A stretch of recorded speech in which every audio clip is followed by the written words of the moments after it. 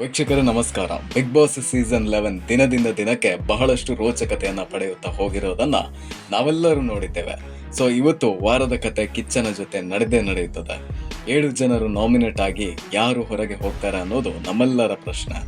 ನನ್ನ ಪ್ರಕಾರ ಇವತ್ತು ಚೈತ್ರ ಮನೆಯಿಂದ ಹೊರಗೆ ಹೋಗುವಂತಹ ಸ್ಥಿತಿ ಕಾಣ್ತಾ ಇದೆ. Let me explain. So big boss ಅನ್ನುವಂತಹ ಶೋ ಯೂಟ್ಯೂಬ್ ಆಲ್ಗರಿದಮ್ ತರ. ಯೂಟ್ಯೂಬ್ ಆಲ್ಗರಿದಮ್ ಕೂಡ ಹೀಗೇನೆ. ಯಾವುದೇ ಡುಬಾಕ್ ಕಂಟೆಂಟ್ ಇರಲಿ, ಏನೇ ಹಾಕಿರಲಿ, ಇಫ್ ನೀವು ಟ್ರೆಂಡಿಂಗ್ ಟಾಪಿಕ್ ಮೇಲೆ ವಿಡಿಯೋ ಮಾಡ್ತಾ ಇದ್ದೀರಿ ಅಂದರೆ ಡೆಫಿನೆಟ್ ಆಗಿ ರೀಚನ್ನು ತಗೊಳುತ್ತೆ. ಫಾರ್ ದ ಎಕ್ಸಾಂಪಲ್, ಇಲ್ಲಿ ನಾನು ಐಕಾರ್ಡಲ್ಲಿ ಒಂದು ವಿಡಿಯೋನ ಹಾಕಿದ್ದೀನಿ, ಇದು ದರ್ಶನ್ ರವರ ಬಗ್ಗೆ. ಬಟ್ ಇದು ರೀಚ್ ಆಗಿಲ್ಲ. ರೀಸನ್ ಏನು ಅಂದರೆ ಟ್ರೆಂಡಿಂಗ್ನಲ್ಲಿ ಆಗ ದರ್ಶನ್ ಇರಲಿಲ್ಲ. ಸೊ ನಾನು ಯಾಕೆ ಈ ಮಾತನ್ನು ಹೇಳಿದ್ದು ಅಂದರೆ, ಚೈತ್ರ ಕುಂದಾಪುರ ಬಿಗ್ ಬಾಸ್ ಮನೆಗೆ ಬಂದಾಗ ಸಿಂಹಿಣಿ ಸಮಥಿಂಗ್ ಅಂತ ಜನ ಕರೆಯೋದಕ್ಕೆ ಶುರು ಮಾಡಿದ್ರು. ಬಟ್ ಆಫ್ಟರ್ 20 ಡೇಸ್ನ ನಂತರ ಪಿಕ್ಚರ್ ಚೇಂಜ್ ಆಗಿಬಿಡ್ತು. 3 ವಾರಗಳಲ್ಲಿ ವಾರದ ಕತೆ ಕಿಚ್ಚನ ಜೊತೆ ಅನ್ನುವಂಥ ಕಾರ್ಯಕ್ರಮದಲ್ಲಿ ರೋಸ್ಟ್ ಆಗಿದ್ದು ಮಾತ್ರ ಚೈತ್ರ ಕುಂದಾಪುರ. ಜನ ಸದ್ಯಕ್ಕೆ ಚೈತ್ರ ಕುಂದಾಪುರರವರನ್ನ ಹೇಟ್ ಮಾಡೋದಕ್ಕೆ ರೀಸನ್ ಕೂಡ ಇವರೇ ಆಗಿರುವಂಥದ್ದು.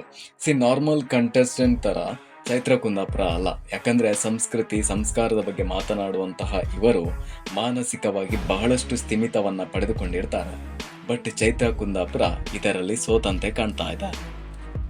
ಶೋಭಾ ಶೆಟ್ಟಿ ಬ್ರೋ, ಧನ್ರಾಜ್ ಕಳಪೆಯನ್ನು ಕೊಟ್ಟಾಗ ಶೋಭಾ ಶೆಟ್ಟಿ ಬಹಳಷ್ಟು ಹತ್ತಿದ್ದನ್ನು ನಾವೆಲ್ಲರೂ ನೋಡಿದ್ವಿ. ನನಗೂ ಕೂಡ ಇದೊಂದು ಸಮಾಧಾನ ಆಗಿರಲಿಲ್ಲ. ಸೊ ನಾನು ಈ ಟಾಪಿಕನ್ನು ತೆಗೆದುಕೊಳ್ಳಲಿಕ್ಕೆ ಇದೇ ರೀಸನ್. ಧನ್ರಾಜ್ ಶೋಭಾ ಶೆಟ್ಟಿ ಅವರಿಗೆ ಕಳಪೆಯನ್ನು ಕೊಟ್ಟಾಗ ಶೋಭಾ ನನ್ನನ್ನೇ ಯಾಕೆ ಟಾರ್ಗೆಟ್ ಮಾಡ್ತೀನಿ ಅಂತ ಕೇಳ್ತಾರೆ. ಅಲ್ಲ ಗುರುವೆ, ಇದೇನು ಟಾರ್ಗೆಟ್ ಮಾಡೋದಕ್ಕೆ ಇಂಡಿಯಾ ಪಾಕಿಸ್ತಾನ್ ವಾರ? ಇನ್ನು ಫನ್ ಫ್ಯಾಕ್ಟ್ ಏನು ಅಂತ ಕೇಳಿದರೆ, ಶೋಭಾ ಶೆಟ್ಟಿ ಜೈಲಿಗೆ ಹೋಗುವಾಗ 12 hour jail nothing for me ಅಂತ ಅಮ್ಮ ನಾನು ಜೈಲಿಗೆ ಹೋಗ್ತಾ ಇದ್ದೇನೆ ಅಳಬೇಡ ಅಂದಿದ್ದು ಮಾತ್ರ ಬಹಳಷ್ಟು ಟ್ರೋಲ್ಗೆ ಕಾರಣವಾಗಿತ್ತು. ನಥಿಂಗ್ ಫಾರ್ ಮೀ ಅಂದಿದ್ದ ಶೋಭಾ ಶೆಟ್ಟಿ ಜೈಲಿನಲ್ಲಿ ಹತ್ತಿದ್ದನ್ನು ನೋಡಿ ಇಷ್ಟೇನ ಧೈರ್ಯ ಅಂತ ಜನ ಕಾಮೆಂಟ್ಸ್ ಅನ್ನು ಮಾಡ್ತಾ ಇದ್ದಾರೆ. ಇನ್ನು ಈ ವಾರ ಮಂಜು ರಾಜನಾಗಿ ಮತ್ತು ಮೋಕ್ಷಿತಾ ರಾಣಿಯಾಗಿ ಬಹಳಷ್ಟು ಗಾಂಭೀರ್ಯದಿಂದ ಮತ್ತು ಚಾತುರ್ಯದಿಂದ ಮನೆಯನ್ನು ನಿಭಾಯಿಸಿದಕ್ಕಿಂತ ಮನೆಯನ್ನು ರಣರಂಗವೇ ಮಾಡಿಬಿಟ್ಟಿದ್ರು.